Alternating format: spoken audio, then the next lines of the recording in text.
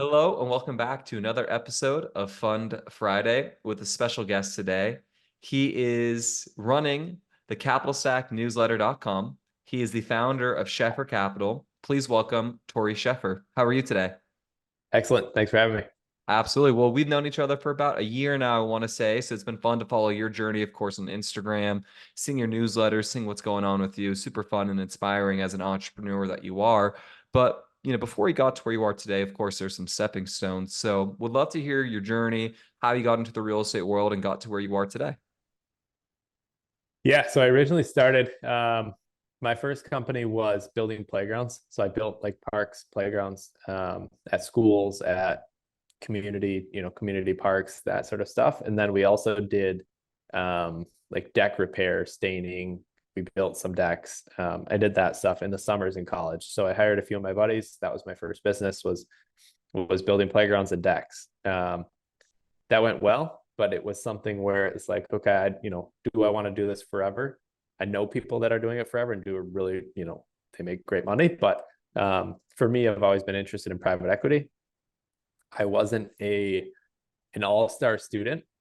I didn't go to school for finance and go the Wall Street route. So, but I like I like the idea of private equity, and I hadn't had any real world exposure to it. And then I thought, okay, like real estate might be something I can do. It looks like fun. Just being a real estate agent. So that looked like fun. And when I was in college, I went and got my real estate license. I was 21. This was in 2015. So I got my real estate license. I was going to Saginaw Valley in Saginaw, Michigan, which if you know it, it's like the houses I was showing were like $7,500 houses with all the copper gutted out of them. So that was kind of where I cut my teeth selling houses, and then I moved over to Sotheby's and I started selling bigger houses and doing that. And uh, I did okay selling houses, but the entire reason of getting into real estate as an agent was just to like get exposure to the real estate world, and I thought maybe that would expose me to private equity. And it worked out exactly that way. So through, I don't remember the exact scenario, but at one point I was exposed to multifamily and investing and kind of just being on the owner developer side. And I thought that looked awesome. And then I basically, this was in 2017, kind of started networking and started trying to put the wheels in motion to go towards that route. And then in 2019, I sent a mailer out to like 500 apartment owners. That first mailer hit on a 56 unit, I believe it was. And the broker, which was just a family friend of the owner, emailed me and said, hey, this is a family portfolio. They want to sell everything. They have 11 other properties. Are you interested in those also? And I said yes, not knowing what it was. Turns out it was 232 units. It was 12 properties. Um, we ended up buying all of them, and it was around, I wrote the first offer for like 13.5 million. And we ended up closing on all of them. I think it was around $16 million total transaction. And we sold 8 of the buildings right away in a double closing for $1 million for profit. And then we kept the other 4. Now we've gone full cycle on those other properties as well, and just kind of kept the snowball going from there. Incredible. So what it sounds is like you basically wholesaled a couple of those deals to other Yeah. buyers. You kept maybe potentially your favorite of the bunch or the grouping that felt most manageable to yourself then, and then you turned those over as well. Yeah. So when I found the deal like became real, so like I wrote the first offer, it was me, and I had underwrote it and done all of that. But then once it became real in the negotiation, I brought it to a friend of mine, um, and said, hey, like, he had experience, a couple years of experience. He had connections to money, to be able to actually fund it and do this deal. And they kind of took the lead from there, and I rode the coattails and really just learned everything that I could. And it worked out really well financially for all of us. I mean, it sounds very incredible to waltz into a massive assignment like that, which, when you're going on and starting, probably really helped bootstrap the business and really kind of put a steroid injection into, this venture to show, A, this is real. There's money to be made out there. But, a big win like that and gathering momentum, sometimes it takes forever to get it. And that's kind of really the killer of a lot of businesses. They just don't get momentum. But to get a massive win like that very early on is really incredible. So congratulations for you to do that. Not to mention, when you're that age, because I believe you're about my age, probably 28 to 31. My guess you're basically my age, 29, 30, right? Where, Yeah, 29. yeah, exactly. So we're the same age. Getting that much money that early is probably like, oh my God, probably quite amazing. No, Yeah, no, it was great. So like the full million four wasn't all mine, sadly. So I split it with the other guys that I brought into the deal, and not a there bad was payday though. there's four of us. It worked out, but yeah. So basically, in 2017 was like, okay, I'm going to try and learn everything I can and get into this. So, and then that deal happened. We went under contract. I wrote the first offer in November of 19. And we went under contract early 2020. We had insane COVID delays because that was like, right in the heat of it. And then it closed. It was like staggered closings for each building from August to October. I think we closed one every week, just to so legal and title and everyone could keep up on it. Um, but yeah, so doing that deal, I made more day one of that closing than I would have in an entire year selling houses. And I was selling like $10 million a year of houses in Michigan. So I was doing okay at that, but I made more on that one single deal the day I closed. And that was like, okay, now I have, a year of income, and like my expenses were way below what my income was at the time anyway. So I kind of had that runway of, all right, I'm going to go full time and do more. And then I bought a 24 unit. So we closed on those from like August through October. I ended up getting a 24 unit under contract outside of that in like May that we closed in November. And then I bought a 33 unit in February the following year. And then we just kind of bought more, maybe every quarter or every other quarter. Roughly 2021 in October, we bought, I think, like 3 deals in a week. um it's just kind of the snowball kept going. 2023, obviously rates were insane, so we just bought a deal last month in February. But prior to that, our most recent deal was July of 22, and it was seller financing 4%, and rates at the time were 5, and that was considered high, and now 5 is like a dream. Right, without a doubt. And well said there. And it sounds like you're very disciplined, which is very refreshing to hear. And all the investors listening to this will really appreciate that is, you have probably a gatekeeping process with regard to, what you want to buy and what the fundamentals you see and kind of the metrics to get you, excited about an opportunity. And similar to us, it was really, pulling our eyeballs out to make anything pencil in 2023. I mean, fortunately, we had, the massive property tax abatement deal where we're able to, generate a unique situation there. But outside of that, we would have bought 0 deals, which is kind of scary to think about, but that's kind of the nature of real Yeah. estate. Different years provide different opportunities. But I would love to hear, I guess your perspective on how your single family business and, I guess work there kind of helped direct you to kind of scaling up and kind of leveling up. Because similar to myself, I started in the single family business, and I think it's a great place for most people if you're never invested in real estate to start there. But also, you really have you learn little things about the residential business that have some carryover to the multifamily space, albeit not directly correlated. There are some cool, findings and discoveries about the real estate industry that's there. But that said, how do you think the single family background helped and improved your skill set and started your skill set for the multifamily space? Yeah, so the biggest thing I would say is like the experience cold calling, sending mailers, things like that is finding leads. That was like, I've only ever worked for myself. My last real job was my first year out of college. I cut greens at a golf course for like a month. Um, Outside of that, I've never had a real job. Um, so that I think has been really good because like when I was doing decks, I would go knock on doors, literally knock on doors to get jobs, and it worked really well. Um, when I was selling houses, I was cold calling, I was sending mailers, and then now I do the same thing. I mean, to buy an apartment building, it's literally just the math behind it is I need to get in touch with an owner that would consider selling. So it's like, okay, do as much as I can do to get in touch with this owner. I hear a billion no's, and it's just basically a math equation. Eventually, there will be a yes, and then maybe a transaction happens. But um, I think that was the biggest thing, is just having that experience cold calling and sending mailers and having success from it, realizing, okay, this works, and just continually doing that over and over. That's awesome. So let's kind of pull back the curtain, if you don't mind, and talk about your process, maybe the typical profile deals, because you, I think, similar to Axel, who just was on the show, have a very similar structure and profile, just in different markets, right? But I'd be very curious to know specifically, what you do and how you go about, the acquisition side, whether it be direct mail to seller, carries, or, broker routes. So would love to hear that. Yeah, so cold calls and direct mail is like a very big part of the business.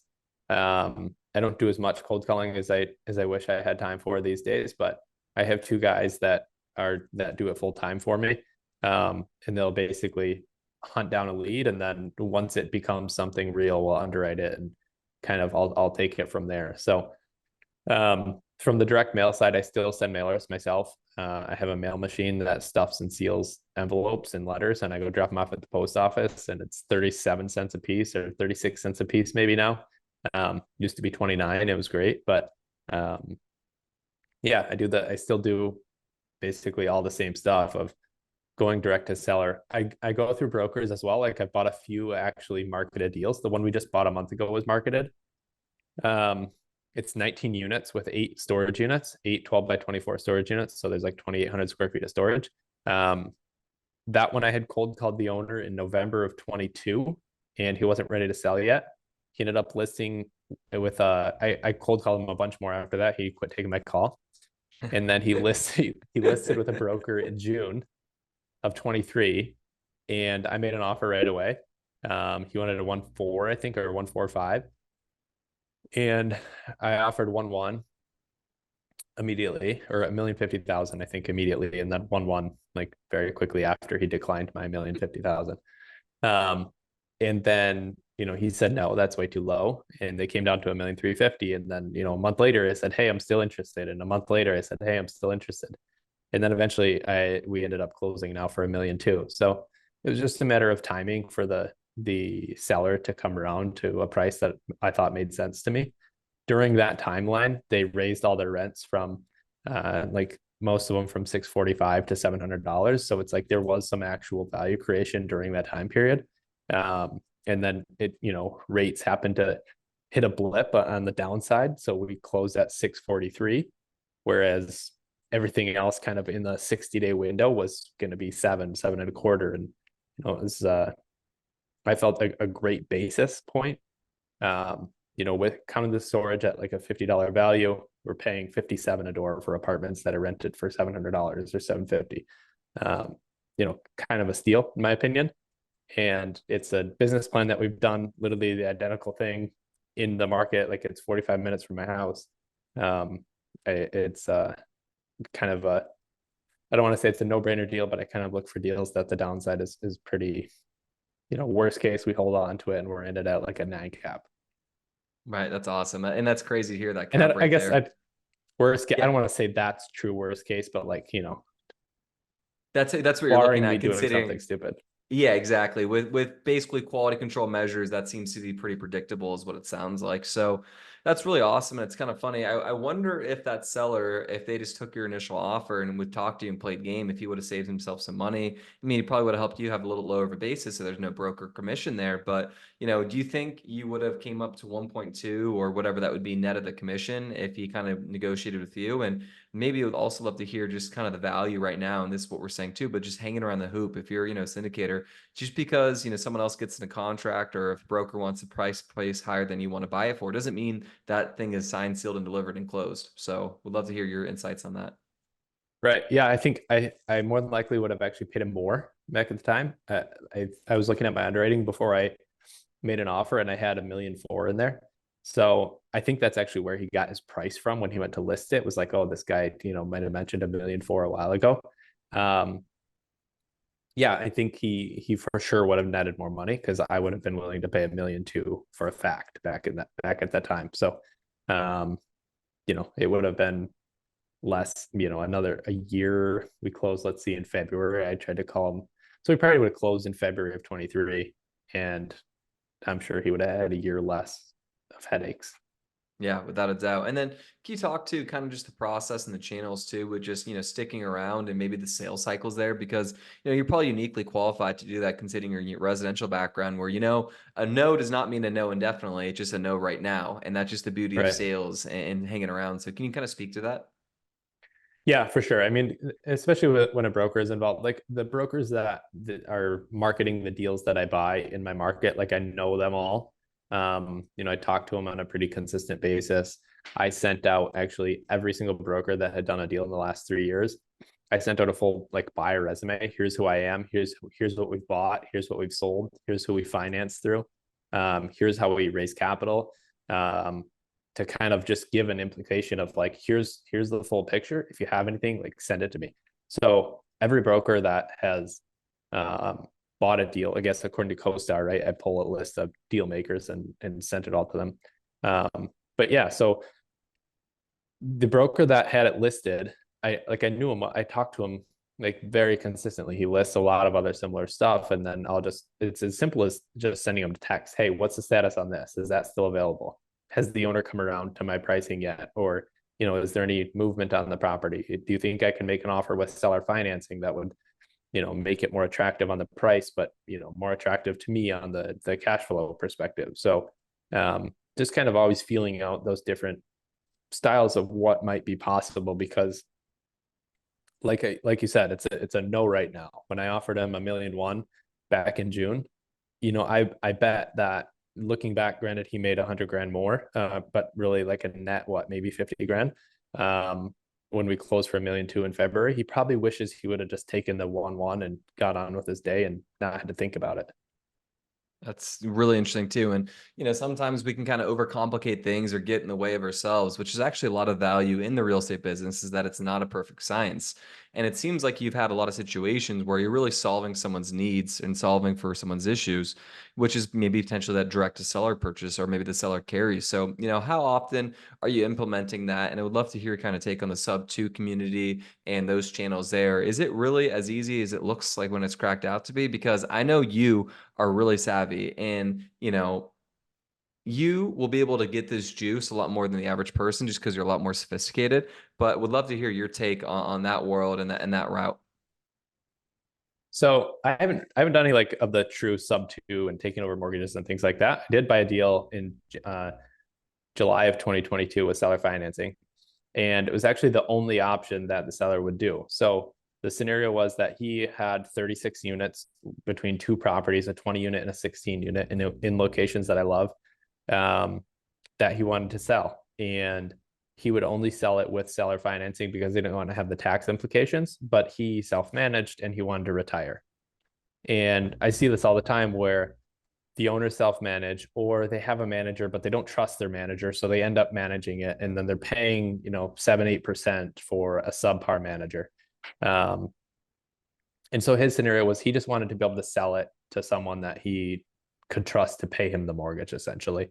I was introduced to him through my insurance agent, actually, who also had his, that seller's personal home and auto insurance, and they just made the connection, and it worked out really well from there. We got along. We still get along. To like, I'll still text him to this day. He's expressed interest in investing with me now, so I'll send him updates on the property. It's like, hey, his rent average was like $1,000 and we're at like a blended maybe 1,300-1,400 right now. So that property we increased the revenue I think around 30% in like 18 months, which is kind of ahead of schedule or like very ahead of schedule, without doing like major renovations. It's just optimizing for revenue versus optimizing for occupancy. So back to the seller financing side of it, that was all he would consider. So I made an offer. We ended up buying it with 80% loan to value on the purchase price and 4% interest rate, 30-year amortization with a 5-year balloon. That's awesome. And are you going to exit early from that potentially? What do you think that looks like on your end? How do you decouple from these typically speaking, or is it all case by case? So it's all case by case. Like those properties are in amazing locations that I want to buy more of. So I could see us holding those longer term. Like they operate really, really well. They're pretty hands off. Like our management company there is great. They lease well. They just operate well. The prior owner took really good care of them, so we haven't had any issues there. So I could see myself holding on to them. Other ones we've sold like as quickly as I think 18 months or 20 months. 22, one was 28. So I guess one we sold one in actually 12 months in a day. So it was 366 days, which was intentional. Um, and yeah, so it's really a case by case basis. I like to sell because I think that our investors like when we sell because they get a realized profit. Um, the deals that I guess kind of to back up to the deals that I'm doing are like 8 to 80 units is like bread and butter. Um, so we're doing sub-institutional multifamily. On the sale side, they're relatively liquid because that's a small purchase price that an individual can come along and buy them themselves. I sold 2 properties last year to one individual buyer. He was using his own money. The debt was super easy for him. It wasn't like a syndicator or some other private equity group. It was just he paid, we sold a 33 unit for 2,750,000, which we had bought for 1,800,000. And then we sold a 16 unit for 1,600,000, which we had bought for 975, like 18 months prior. So Incredible IRR right there, by the way, for those who are doing the math. I'm sure that's an incredible return there from, an equity multiple perspective. And that's really why I want to have you on the show, similar to Axel as well, as I look at you guys as really, truly elite in your niche, which is, not the institutional space, but there's so many ways to make money. And we're really not direct competitors, and what you guys do is something that I would be interested in personally investing in because the capital moves a lot more fluidly in these opportunities. These a lot of times these are deals that have a massive loss to lease. And for those who don't know what loss to lease is, that's when, market rent and current rents, there's a mismatch there. So there's a delta there. Maybe the mom and pop owner has got, relationships with tenants that, go really long. I'm sure you see that all the time, especially in yep. Michigan and Midwest, where you get in pockets where, relationships a little bit heavy and, people really have a sense of community. So there's just not the most professional oversight on some of these properties, or maybe they bought the deal so long ago, maybe in the 90s, I bet, and they've just owned them, haven't maintained them. They're happy with the income and they don't really care left or right what happens. They're just kind of partially checked out. So it's kind of cool. It's funny. You're sometimes buying from mom and pops, fixing it up, putting an institutional level feel on it, and then, oh yeah, by the way, selling it back to mom and pops as well. So super Yeah, kind of cool. that's exactly. I sold 3 deals last year. All of them were that exact scenario. I love that. So talk to me, I guess then, you mentioned it, 8 to 80 units, but, if you could really just summarize your strategy from a business model, kind of explain to me what your typical deal profile is, what you're looking for, and things of that nature, because it is different than what we try to do here at Lone Star. Yeah, so a typical deal is going to be 1 to 10 million roughly on the purchase price, and we're going to spend 10 to 20% of the purchase price in capex and renovations on the project. So like we're buying. We just bought one. I'll use the one we closed. I don't like to talk about live deals and jinx myself. So Fair we just enough. bought one. It's in Michigan. It's in a suburb of Lansing, and we paid 1,200,000. It's 19 apartments and the 8 storage units. The storage units are rented out for $100. There's a shed rented out for $50, and the apartments are rented on average for um, call it low 700s. A couple of them are at 850. The rest are at like 700. Um, the market rent there is 900 to 950 for like a renovated clean unit. So we'll buy that. We paid 1,200,000. We'll spend, call it maybe $10,000 a unit roughly. I don't have the numbers right in front of me, but it's around $10,000 a unit. And our total renovation budget there is 240,000. And once we've done that, so we pay 1.2, we spend 240. I think very comfortably we can sell it for 2 million, and that's at like a 7.5 cap in a year and a half. We projected over 3 years because for it to hit our exact timeline, I think is, like that's perfect scenario. I don't want to sell the perfect scenario to our investors necessarily, but it's a very like realistic thing to happen. So that's the business plan for that one, is really just to buy it, bring the rents up to market, and then more than likely who we sell to is going to be a high income W-2 earner who's working in Lansing. So it might be someone that's working for the state of Michigan, or it's going to be probably a local doctor or attorney or something of that sort. that would be our buyer on the back end for that product.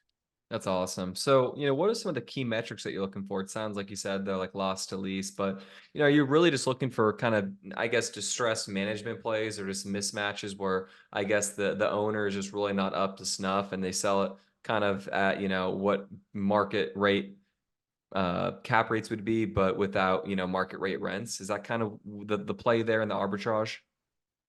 Yeah, a lot of it is, yes. So like, if we can buy something where the rent is $200 to $300, we've done more. Like we bought a property that the rent was $650 and we did our renovation and we leased those same units for $2,000.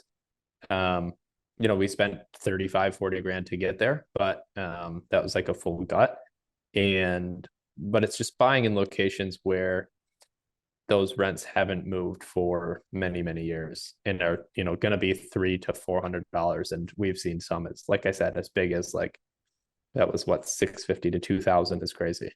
That's awesome. So what is unit renovation cost as well? And can you kind of run through the math there and how you kind of decide the plan? I see your Instagram, it's very wholesome. It's like you and your wife going through, she said some of the design work. So would be Yeah. curious to know kind of what the economics play like, cost per door, because I'm always fascinated to know what cost per door looks like juxtaposed to, different markets. Yeah, so like on a typical, just a cosmetic upgrade, depending on if we're going to do cabinets, counters, and appliances, like we can go as low as like $6,000, and that's going to get us flooring, paint, fixtures, and then once we add in cabinets are going to be probably $2,400 on average for a unit, and then we're going to do a counter, and that's going to be maybe around $1,500, and then appliances will be like another $2,400. So, typical what we see is like 6 to 15,000, and 15,000 like kind of has everything done without like electrical and HVAC and plumbing and things like that. It's just purely cosmetic upgrades on everything plus the appliances. Yeah, and is that something you kind of look for where you're not really looking to take on some structural issues where, I look at when I buy houses or sell house, like my house currently, the reason why I wanted to buy it just from a personal, metric is, hey, the roof was new, the AC was new, plumbing was good. I don't want to deal with any of the non-sexy, really expensive items that, are really expensive, but don't really suck in and emotionally pull the buyer, right, for this, right? So Right. similarly, do you kind of look at that similarly where you're just not looking to do any structural issues or massive deferred maintenance items? Yeah, exactly. Like I don't want it to, take it like we've done it. I've done the gut projects. I used to think that I wanted to be a developer because it'd be cool to like watch something come out of the ground. And then Yeah. I took on a few gut renovation projects and I decided I never want to do that. So yeah, we're looking to really, I mean, not like lipstick on a pig, but like just people like to rent an apartment and live in a place that they feel good about and it's clean and it's in a safe area and it's well lit and well designed. I think that to provide that is a relatively easy task versus okay, we're going to move this wall here or reconfigure these apartments. I don't really want to get into that because it's a different level of headache, and I think that the returns that we're able to get are acceptable. We sold 3 deals last year. One was a 33% IRR, and this is net to LPs. One was a 22 and one was a 12, and I would consider the 12 was like the bad project, but that was a gut renovation that took us 6 months longer than we planned. So then the IRR gets crushed. So, um, that was all of those investors have come back to invest with me again on other projects. And for a 12 to be the worst one of the year is probably not bad. No, that's not bad at all. That's quite, in fact, much better than market beta for sure. So that's really incredible. And you kind of mentioned something which is, fixing the lighting, getting things set up there. So, when you do these renovations, you obviously have to mesh art and science. The math's got to check out to do it, but art comes into play where you want to get someone emotionally, attached. And, if a tenant's coming into, your property, you have to have a competitive advantage over the other property. Otherwise, they're going to choose the other property, right? But it's tough to always focus on dollars and cents when you're trying to create art in a sense. So, there's certain things that you do to aesthetically make it pop because I've seen from your designs and what you do, you have a very good design eye. You and your wife do a very nice job of that. But, how do you kind of factor that into the equation and make sure that you're putting, smart dollars into the property? Because we can all just throw a ton of money at something with no ROI. So, how do you manage that when you do these renovations? Yeah, so I think it's my wife does all of that. Like you said, she's really the one that kind of spearheads that design and material selection for us. Um, and I think it's really just a matter of shopping it out and finding like a lot of the products, whether you go buy it on Home Depot or you buy it on Amazon, like you're going to pay 50% less on Amazon than you are at Home Depot. Um, Things like that. There are counter suppliers where the same exact counter, literally the identical like granite from the same supplier, is going to be $50 a foot at one and $33 a foot at the other. You just have to find a guy. I mean, it's like that type of thing is just having the patience to find someone that will do it. We're able to paint apartments for 80 cents a foot per coat. So like an 800 square foot apartment, it costs us $600 to get it painted. But you can't just like call a painter and be like, hey, how much is this going to be? They're going to tell you it's $3,000.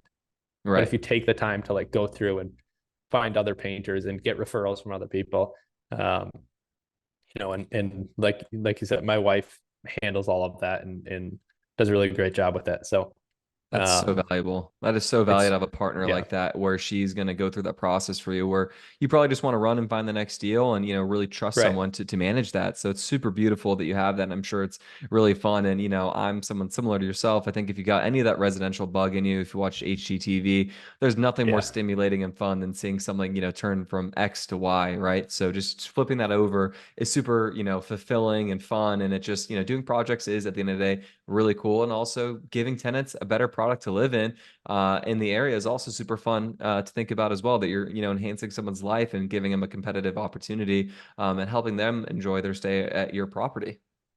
Yeah. And I think so. So the kind of the way I look at stuff is the markets that we're in. So I focus very firmly on 60,000 or higher median income by zip code and over 250,000 average home value by zip code. And the reason is like that's the area I grew up in. So like where I grew up, suburbs of Detroit, like are I grew up in Heartland. So the average home value right now is maybe high 300s and income is maybe 90,000 median income. Um, but I was basically took, okay, this area that I grew up in, like it was great. There's the crime is, like non-existent. The schools are excellent. And what can I replicate throughout that? And then I knew all of these other areas in Metro Detroit because of my time as a real estate agent. So like I've gone from um, like the far East Coast and Grosse Pointe of Michigan over to like Lansing and sold houses in North. And, so it's all areas that I know really well. I live in Brighton, which is 20 minutes north of Ann Arbor. I can drive to every property we have in like 45 minutes. There are areas that I've like known. So I'm not going to get to know an area. And then oftentimes in these areas, like they're upper middle class suburbs, the demographic is either going to be someone that's kind of on the elderly stage and they've downsized and moved into an apartment, or it's going to be a young professional that's starting out. And I'm 29, I'm married, so I see myself as kind of a target renter in a lot of cases for our apartments. So we kind of get into properties and locations, and then the design side is geared towards would I personally live there? And in every single one of our apartments, like I would be okay living in our apartments. So Yeah. that's kind of the maybe it's good, maybe it's bad, but that's the eye I look at it out of, which I think has been a net positive for sure. Without a doubt, that's super insightful there. And the best thing is to play a game where you have an unfair advantage, right? As we always like to say on the show, and kind of somewhere you have inside information. So multiple factors that you play into it. Just to start on the front end for design, I know what a buyer wants and what a trendier person wants. That's how I design my house. And guess what? I know the market's going to want that. I can look and see stuff.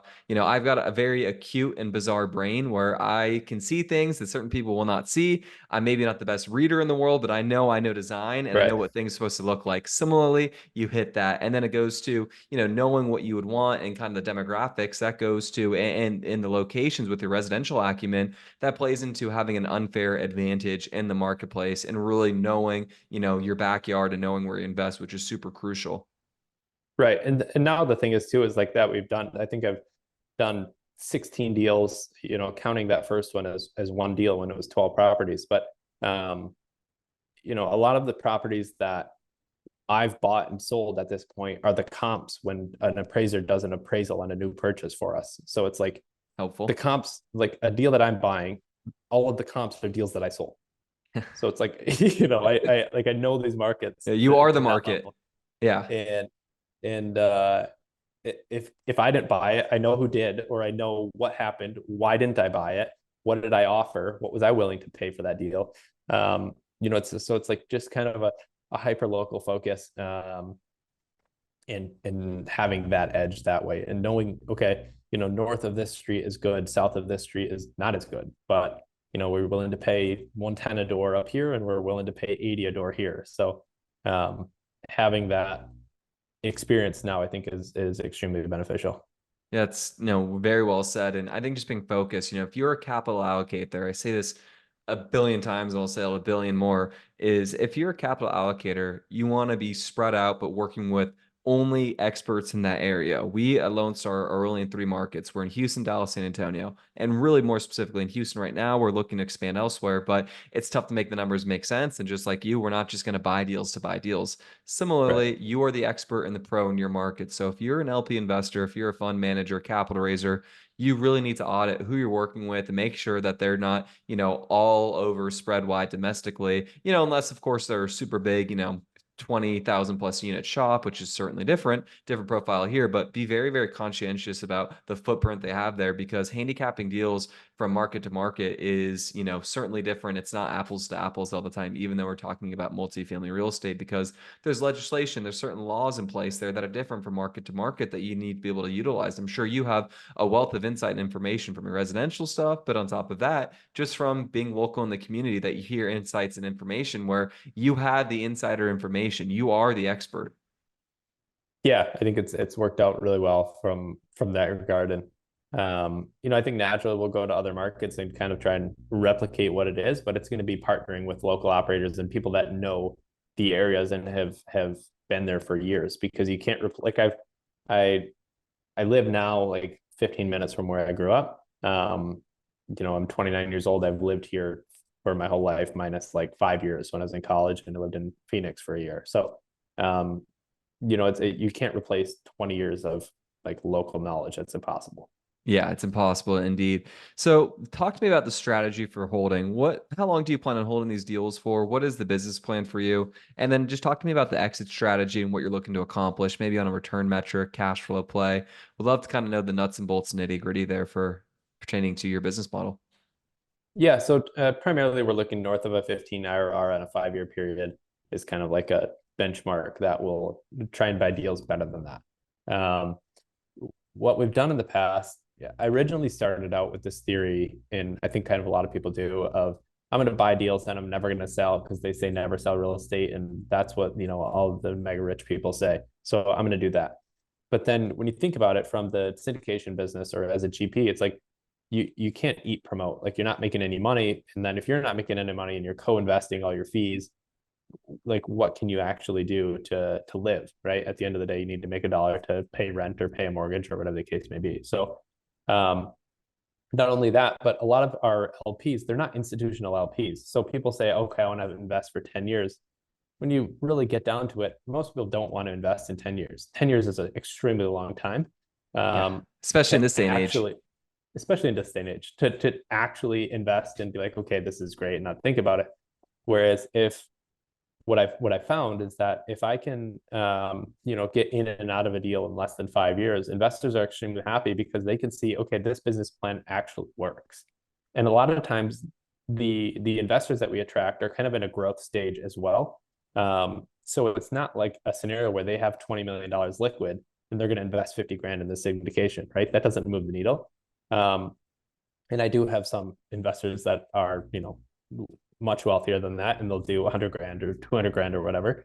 Um, but it's a scenario where maybe they're worth $5 million and they're going to invest 100 grand, and that 100 changing to 200 means more than that 100 kicking off 7% a year of cash flow for the next 10 years, because they're really looking at it as kind of a velocity of capital. So that's what I've kind of molded our business plan around now, is that a lot of our investors like that model, and that's you know, I like the model, and it's worked really well. That's awesome. So, with that said as well, can you, talk about maybe uh some of the game plan there where, are there deals that you'll just cash out a refi and give investors capital back? And then, you mentioned there, which is holding deals forever. And then I guess piggybacking off that question, are you also taking down deals personally where if it's a good enough deal, maybe you can basically sign for it and buy the deal, where you'd maybe just take it yourself entirely because you do want to kind of blend, deals where you make some money because we do want to keep promotes going because it makes raising in the future easier. And obviously Right. capital being fluid is nice, right? So do you ever just own deals outright? So I don't have any deals that I own outright. I've thought about it at times, but my theory behind it is I want to build this business for 30 years versus taking one deal that I think might be a home run for myself. Whereas I could take that deal out to investors, do really well on it, have it perform as expected, and then I, outperform all of their expectations, and they're going to come back for the next one and tell their friends for the next one, and that's going to be really kind of propel me forward for the next 10 years or 20 years, call it, right? So rather than going to buy one or two myself, I would rather go that route. That way I'm not really, not like I'm not a fund, so there's not like a competition level, but I think that if I were to start buying deals personally, just kind of cherry picking the best of the best, then what am I doing? Am I selling the crappy deals to my investors? I don't really want that perception and doing that. Not that, it would be a bad thing to just buy a deal on my own. But I'm really looking at it as kind of big picture, 20, 30 years, because, these small deals, it's like we're paying $1.8 million for a deal or $2 million for a deal, and we're going to sell it for maybe $3 million in a year. Like I'm still going to have to work. Yeah. Yeah, and it's not, and I guess the other beauty too is you deconsolidate your risk when you are kind of in every single opportunity of yours as opposed to going all in on one. Not that there's a bad strategy there. It's just to your point, you can spread out the love and you can go further with people together. So that's definitely an instant response. And then, yeah, talk to me maybe about, the refinancing cash out strategy, because if I'm not Yeah. mistaken, the beauty of your deal is sometimes there's so much loss to lease that you can day one just stumble into a lot of equity just by, raising rents, and probably seeing if people will take that new price. And if they don't take the new price, maybe you renovate the unit, right? But, have Yeah. you kind of stumbled into any opportunities where, the loss to lease was so great that you could just basically pump them up and then basically resell the property due to, the new valuation there? Kind of talk me through some of those strategies and plays that you get in your world. Yeah, so we have some that are like that now, where we do very little on the interior and we just, bring the rents up to market as leases expire. We, re-rent the unit for market rate. So yeah, we do that. We haven't refinanced any from that structure. We've sold some from that structure. Most times we're going to do some renovations to attract that peak market rent, right? Whereas like if the top of the market is $1,800, we want to go and prove that we can hit $1,800 at least, and then do that over the number of units that it's going to make sense to then go and sell. Or if we get to a point where we can stabilize, like we have a 20 unit that we bought in 2020 as part of that original portfolio. We paid $1,270,000, I think $1,270,000. We spent around $500,000 on renovations, and we refinanced that for, I think it appraised for like 4.3 or 4.6 million. And we're all into it for 1.8. So if we got all of our money back out plus a bunch of extra proceeds, and we just own it now. So it's like that deal was excellent, obviously a home run. And it just sits and kind of is on autopilot at this point. And other deals will look to either refinance or sell depending on what the market is like. So like we sold 3 deals last year. One we had bought, let's see, June we sold a deal, 33 units. We had paid $1.8 million. We bought that in February of 21, sold it in June of 23 for 275. We had another one that we paid 975 in November of 21, sold it in July of 23 for $1.6 million. And then we had another one that we paid 825, sold it for 1,725. And we had bought it in January of 22 and sold it in November of 23. Quick turnaround. Quick turnaround. Yeah, that's so awesome. It's like in that scenario, like we looked at refinancing those, but the proceeds from the refinance would have paid off the loan and then some, right? And we would have got maybe half of our investor equity back out of those.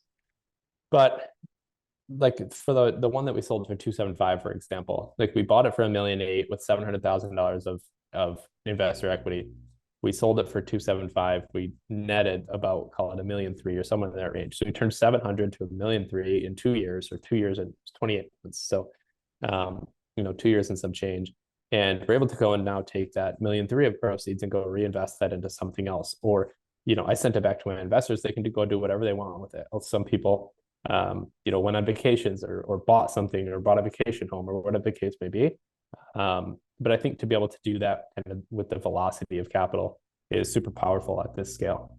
And I also think the value of your positioning as well is a little bit different of an approach. And this is what I was saying earlier, that your model is just different than ours, which is super beautiful. This is why on my end, I would feel very comfortable with investing with you as opposed to another person who's also in the institutional space, because the institutional space is ultimately just going to get market beta coupled with the, business plan there. But what you have to do Yeah, is, or what you're offering is just certainly a little bit different, obviously a different risk profile. And that is a separate conversation, of course, but it's really unique and, fluid. And I guess, if you're someone maybe starting off in your position, or if you're looking for a direction, it just goes to show that there are really great deals out there if you've got good systems in place.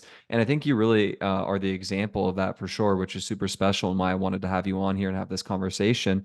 So, and then can you speak to just the value that, having a track record and having these pops like that can really help from a momentum perspective? Of course, you had, the first deal, which gave you a ton of momentum, but, then when you have all these little other wins, I guess just for your, just, I guess on twofold, I'll ask, what does it, do for you for just your internal self, making that money yeah. there, but also just for, and the vitality of the business, but also what it means for raising capital in the future and really creating a lifelong investor. For sure. Yeah. So that was kind of a priority for going full cycle on those deals last year as well. Is just to be able to prove it out, right? We kind of go to everything with a pro forma. This is how we think it's going to happen.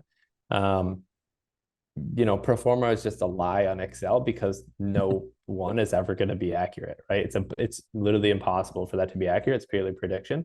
But to be able to go full cycle actually to a sale and return the investor money back, plus great profits, it speaks more than anything that you can say, anything that you can tell them about projections or what you're trying to do, right? Once they see the wire clear in the bank account, nothing beats that. So that was a big factor for me, is be able to show these early investors that believed in me with very little due diligence, of basically just trusting me with their money, and me wanting to prove like, hey, this worked, let's go do it again. And now that we've had exits, I think we've had 5 or 6 deals that have gone full cycle, and done well. So now from a capital raising standpoint, it's kind of launched and catapulted that engine. So like the deal we closed last month, I launched the raise for that. It was 650,000. And I sent out an email on Friday afternoon at 2 p.m. We were oversubscribed by Saturday at 10 a.m. We're working on one now that should close in the next week or two. It was also 650,000 equity raise. I sent out an email like a Tuesday afternoon, and 32 minutes later we were oversubscribed. So having that track record now has been huge. To be able to fill an equity raise in a half hour is unbelievable. Granted, it's not a ton of money, but still to have that level of investor confidence, especially in today's market where a lot of deals are getting absolutely crushed, is super powerful. It's obviously a great feeling. It's great for the ego, but it's kind of a testament to show that we've done the right thing, and we're going to continue to just copy and paste that exact business model. I have no interest in trying to reinvent the wheel. I'm not trying to do anything remarkable. It's really just buy buildings that are like undervalued and under rented, and bring it to market rent, sell it for market price, deliver a quality return to investors. Well, I think you said a lot of stuff there that is really true and interesting.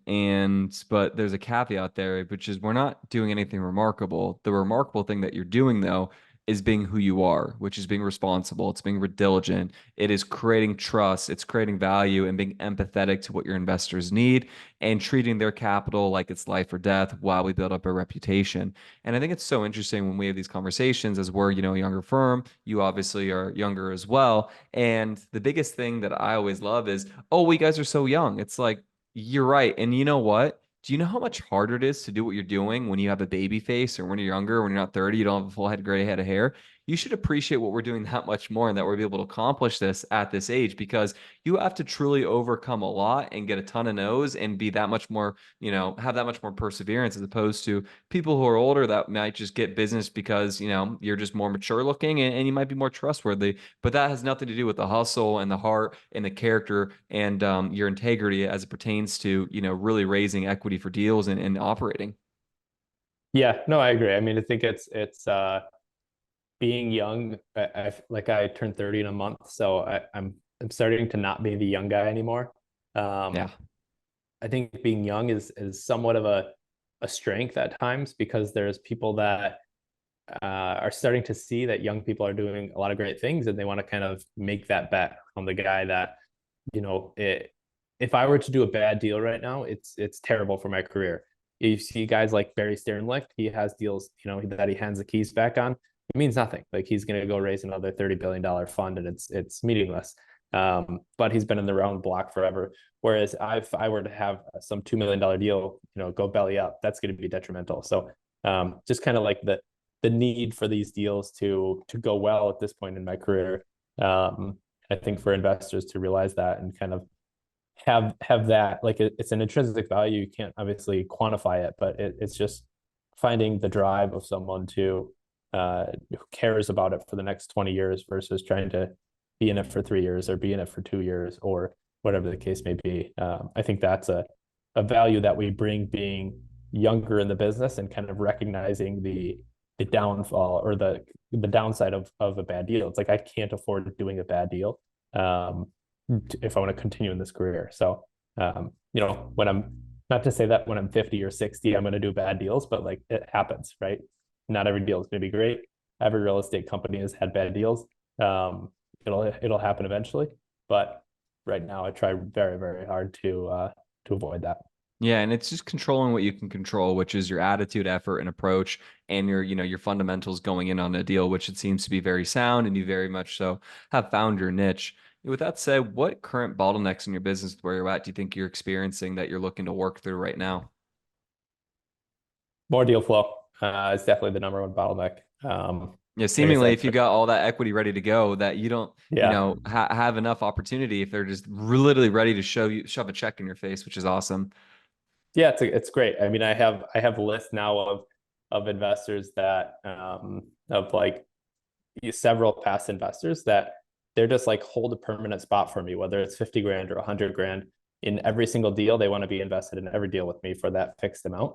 Um, and they've told me that after they've been past investors, and then I send an email out, and a half hour later it's filled. And they're like, "Well, I wanted to get in on that one, but who has time to check their email?" And a half hour later, like it's gone. So I didn't expect to go that fast, but yeah, it's like now we have the ability and kind of the audience per se to raise capital from, but they need to continue to be good deals. Like I'm not going to go away from the underwriting standards and the metrics that we target just because I can raise capital easier now. I guess I never really had a difficult time raising capital. It just didn't happen in a half hour before. Yeah, well, I guess that just, the funny thing is, as the Spider-Man saying, I think goes with great power becomes great responsibility. Yeah. Now is really time to be more focused when you have that responsibility of people's trust, so it's a two-way sword where, once you get it, no looking back and you ride it, but it's super crucial to maintain that and continue that professionalism throughout the process. It's invaluable and it's a right, not a privilege, or a privilege, not a right. So, it Yeah. seems like you're going to use that responsibility to your credit. That also begs the question, have you thought about ever making, truly like a fund and having a couple of $1 million in there, or you have the capital ready to go for a couple of reasons? One, then your investors get access to multiple deals and are with you. They don't think twice about it. And then B, you can make, compelling, strong offers to whatever broker you have saying, hey, the capital's already lined up here. I'm the buyer. I've thought about it. I think the hard thing is that with the deal size that we do, to do a fund that's meaningful, um, from a scale wise, might be difficult. To deploy the capital, right? If I go to raise a $25 million fund, can I deploy $25 million as efficiently and if with the same return profile that I'm doing now? That would be the difficulty because right now deal flow is the bottleneck. Money is, raising equity is not the bottleneck by any means. So um, I think kind of if those roles were reversed, I would be more inclined to go towards the fund model. I've certainly thought about it, but just with having the ability to raise capital in relatively short time periods, I haven't had the drive to go towards that fund model. Yeah, no, makes sense for sure. Switching gears now, we obviously maybe can think that there's a recession coming up, but at this point, who the heck knows what's going on, what's coming up? We just Yeah. don't know. So, if you're hearing this, this is a bit of a delay. So there's a black swan event. Wow, that was crazy. Couldn't see that one coming. But right now, it's the end of March that we're recording this. So I'll caveat that there. So there's no hard time stamp and no one calls you an idiot for you not, having a bad Yeah. delay here. But with that said, with everything going on right now, maybe with the looming recession, with just kind of where we're at in the market right now, what's getting you most nervous and what's getting you most excited?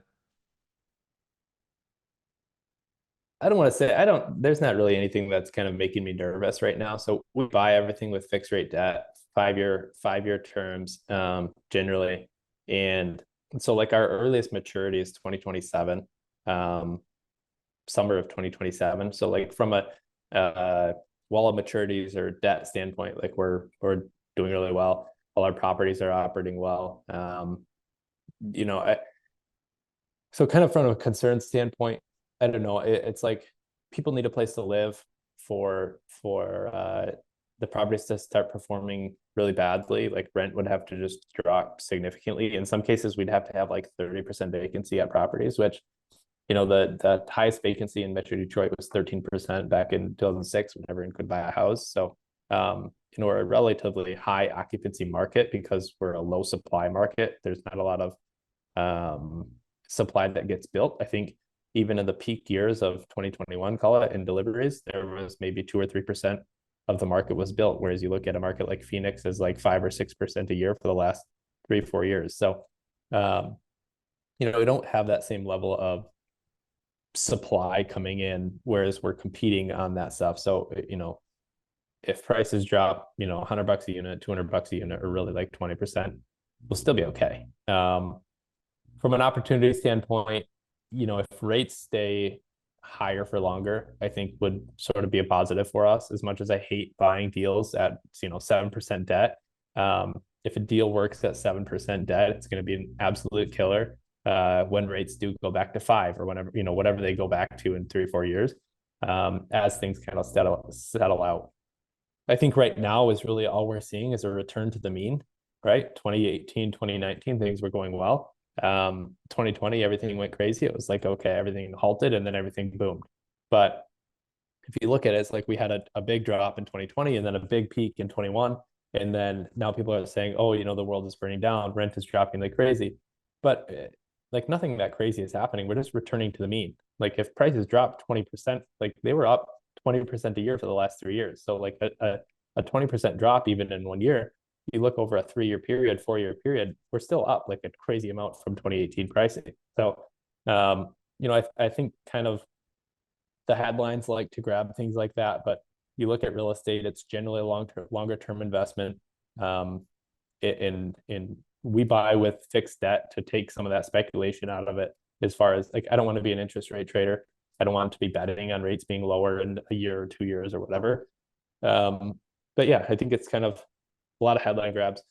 If a lot of deals do go belly up from the floating rate debt, I think that will be a benefit to us because we've done well and performed well, and we'll be able to step in and buy some of those properties at significant discounts on a dollar basis and finance them with a better structure and hold on to them for the next cycle.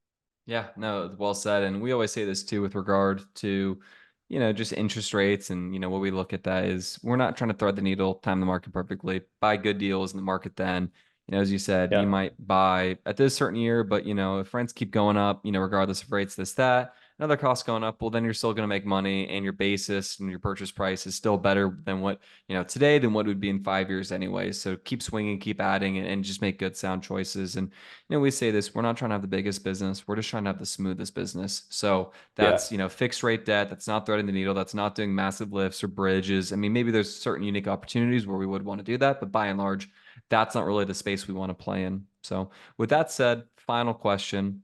Tory, you've been so great today. You've shared a lot of great knowledge.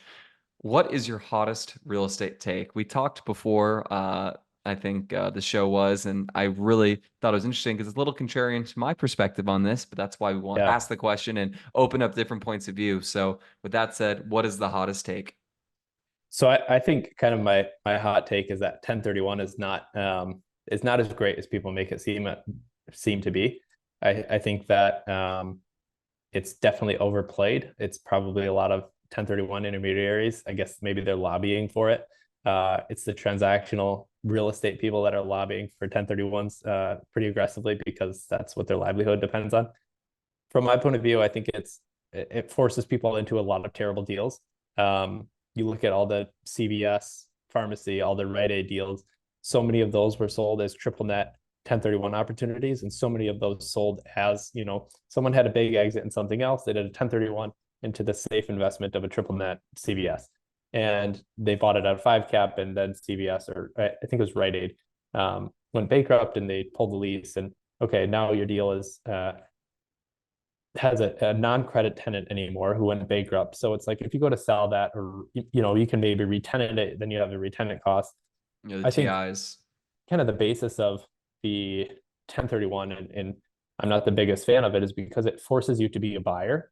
And I never want to be a forced seller, and I never want to be a forced buyer, because you're going to be forced into situations that you otherwise probably wouldn't do.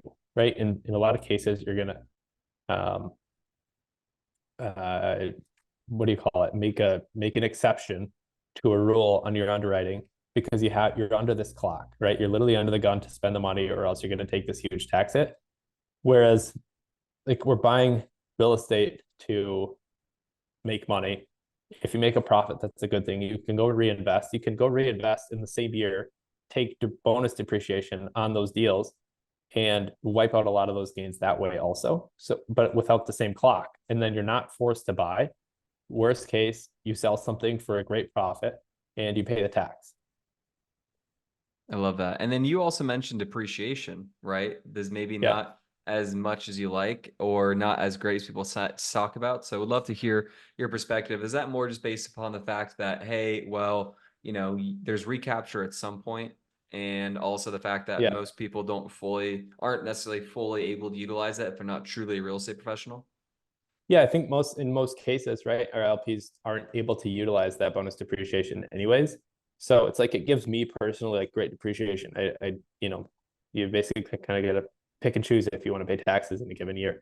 Um, but most of the LPs can't take advantage of it, for one. Number two, on a short business cycle, like in our deals of a 3 to 5 year, or often shorter than that, we're just going to pay the recapture. So we're going to take a depreciation, and then we're going to pay the recapture in 2 years, where taxes generally don't go down. So we're going to pay that recapture at a higher tax rate. And I don't think it makes a whole lot of logical sense unless there's like one individual scenario where it's like, hey, I need massive depreciation, right? Adam Newman got his $1 billion bailout from WeWork, went and bought a ton of real estate. Like, that was probably a depreciation play more than anything else. And it makes sense in that scenario if that's your business plan. But to do it, a lot of people will pitch it. And I guess I don't know what you guys do, so hopefully I don't slander you, but a lot of people will pitch it as like, hey, that we'll have depreciation in this deal. And investors think, okay, great, I'll have depreciation, without realizing like you more than likely probably can't take advantage of that if you have just a traditional W-2 job. So to kind of pitch that as an investment thesis, I think it doesn't make a lot of sense, and certainly not with a shorter business cycle like we would typically do. Yeah, no, I fully hear what you're saying, and I appreciate you not slandering your names, as you said, and you Yeah. raised a lot of good points there, and I tend to agree, and I always ask, well, depreciation's great for me because I'm a real estate Yeah. professional, but let's talk about you and your needs. And I always say, hey, you're not going to offset your taxes for that. If you're looking for that, you should talk to an oil and gas expert, talk to Aspen Funds, talk with every group, because that will truly, Right. no matter what you do, be able to accomplish that if you hate paying taxes, right? So there's that thought there. The other thought on that matter and subject is, know what you're looking into and just realize that, you're getting that depreciation day one, but you may have phantom income in the future. So consider that. And it does make you have to go tick to tick to tick to 1031 exchange, which, for what we're doing, it's fine because we work with institutions. But I think for, everyone has different needs. So it's just a different thought exercise. And, it's the Warren Buffett phrase, you're never going broke taking profit. And I think that's kind of what you're Yeah. solving for with a lot of your, strategy and whatnot. And also, some people have placeholders and, investment needs here and there, and it's nice to return back capital. But we also work with a lot of people who are very high earners and their wife is now all of a sudden a real estate investor. And, for them Yeah. to, these are really, really high earning folks. And some people, spoke with multiple people that have come on the show before. It's about $1 million worth of one-to-one depreciation they got, and or they got about $1 million of depreciation on their deals, and they needed that because they needed to offset some of their income, and they're fine with the delta and running that simulation of, hey, if I just even make market beta on this, that coupled with not paying taxes is really actually like a 50% swing. So for them and their unique need, it's super crucial. But just Yeah. know where you're at and just realize that these are just buzzwords and sometimes more of sales ploys versus actually creative benefits to your life. So I'm really happy that we talked about that and maybe debunked some thoughts there for sure. Yeah, it's very much a hit or miss individual scenario, in different cases, different years, different properties. Sometimes it makes sense at 1031. Sometimes if you have another property lined up to 1031, I think it makes a ton of sense. Yeah, by all Um, means. if deal flow is super active, we sold 3 deals last year. To go and buy deals in 2023. The deals that we were looking at, none of them made any sense. So if we had 1031 those deals, like we would have got into deals that I know didn't make sense. And I don't want to kind of prop those up as like, hey, this is going to be a great thing when if we wouldn't go buy it with fresh capital, then why would we recycle our good money into it? Yeah, no, absolutely. And it's a different thought process. And the other thing to think about is, well, consider the deal you're doing right now.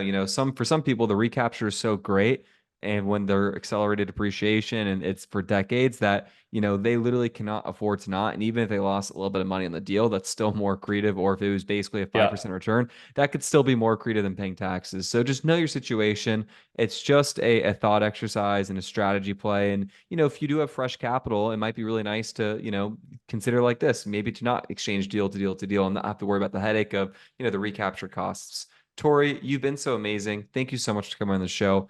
As I mentioned earlier, you have your website, you've got your systems, but just once more, can you let people know where they can find you, where they can get into your ecosystem, and how they can transact with you?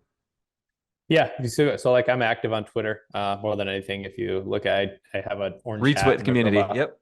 Retweet community. Yeah. Yeah. So at Tory J Sheffer. But the biggest thing is our newsletter. So we write a weekly newsletter talking about our deals. It's at thecapitalstacknewsletter.com. And that's kind of going into the insights of basically all of the case studies behind our deals. I talk about deals that we didn't do. This property just sold across the street from another deal that we own. Why didn't we buy it? Right? We offered on it. Here's what we offered. Here's what it sold for. Here's why it didn't make sense for us. We'll talk a lot about those type of things and kind of just our general business. So yeah, check out the newsletter, or you can go to our website, sheffercapital.com. That has a link to our ebook, to our newsletter, which they're all linked together anyway. So yeah, thanks for having me on. This was fun. I appreciate it. Yeah, absolutely. Hopefully we'll have you a recurring guest, and hopefully we can find an opportunity to transact on together in the future, whether it be being an LP or something of that nature. For all the listeners out there, thank you so much for tuning in, and we'll see you next week. Peace.